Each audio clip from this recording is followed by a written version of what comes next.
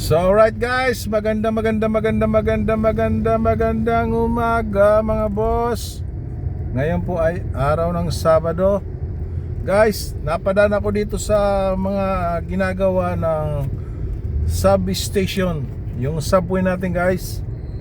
Ipapakita ko sa inyo dito sa kahabaan ng Mindanao Avenue kung gaano kalaki yung mga space na ginamit nila guys. So sobrang lalaki ng lupa na kailangan pala ng subway station. So yan guys, papakita ko sa inyo kung saan mga lugar yan. So dito lang yan guys, sa kahabaan ng Mindanao Avenue. Apat yan, apat guys na subway station. Magmula sa may Novaliches hanggang dito sa may North Avenue. Apat yan guys. So ang alam natin guys,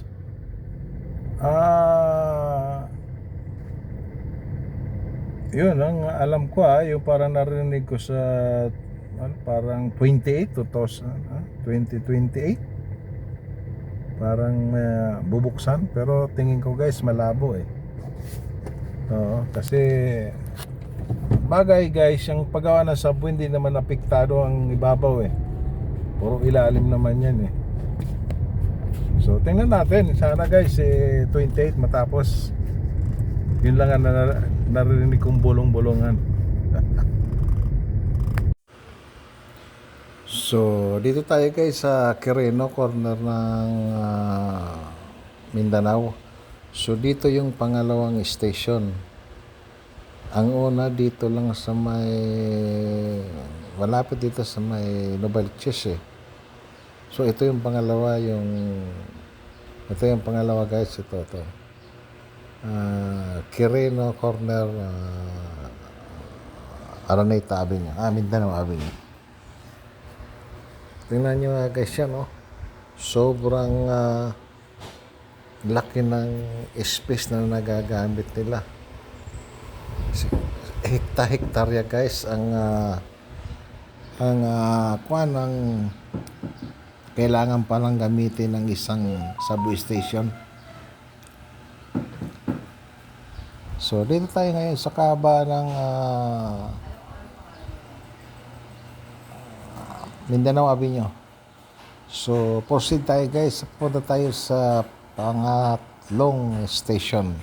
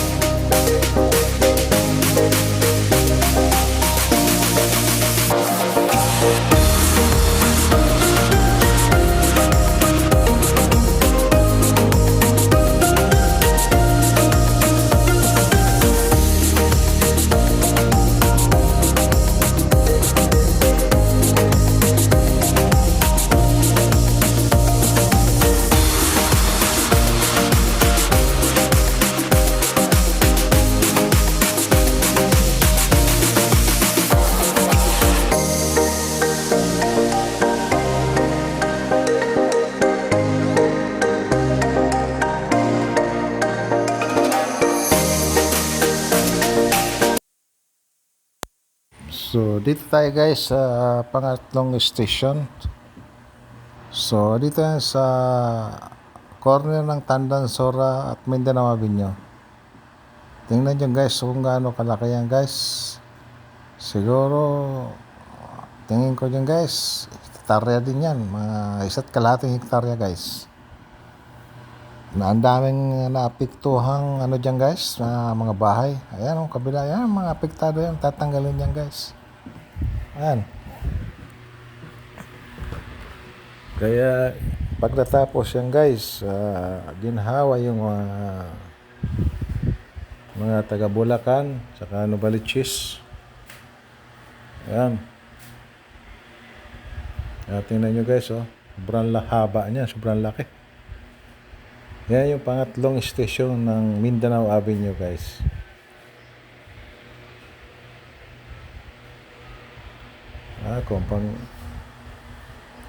So yaman talaga ng Pilipinas guys, ano?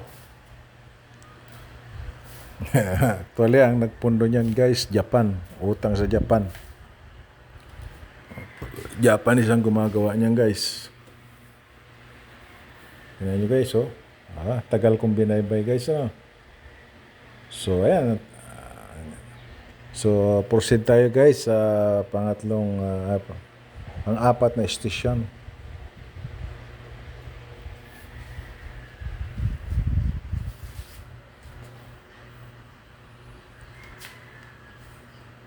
So ayan guys, ayan yung pang-apat na station. Yan, nandyan yan sa North Avenue. Ang katabi niyan guys, Veteran Hospital. So yan yung pang-apat guys, dyan sa kabaan ng Araneta Avenue. So ginhawa talaga yan guys pag natapos. Hopefully guys, 2028 tapos na yan. Hopefully.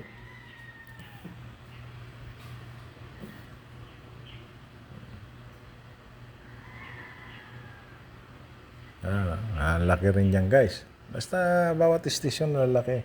Ang tingin ko lang na maliit na station dito guys sa Aguinaldo Yan lang.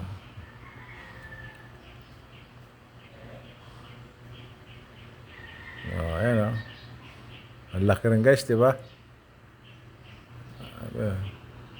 Guys, pinakita ko lang sa inyo yung mga apat na subway station. Dito lang yan sa kabaan ng North Avenue. So hanggang dito na lang guys ang vlog ko. Maraming salamat po sa panonood nyo ng aking vlog. Yung mga nakikita ko dito sa kalsada guys, na mga pakinabang ibinablog ko guys. Alright,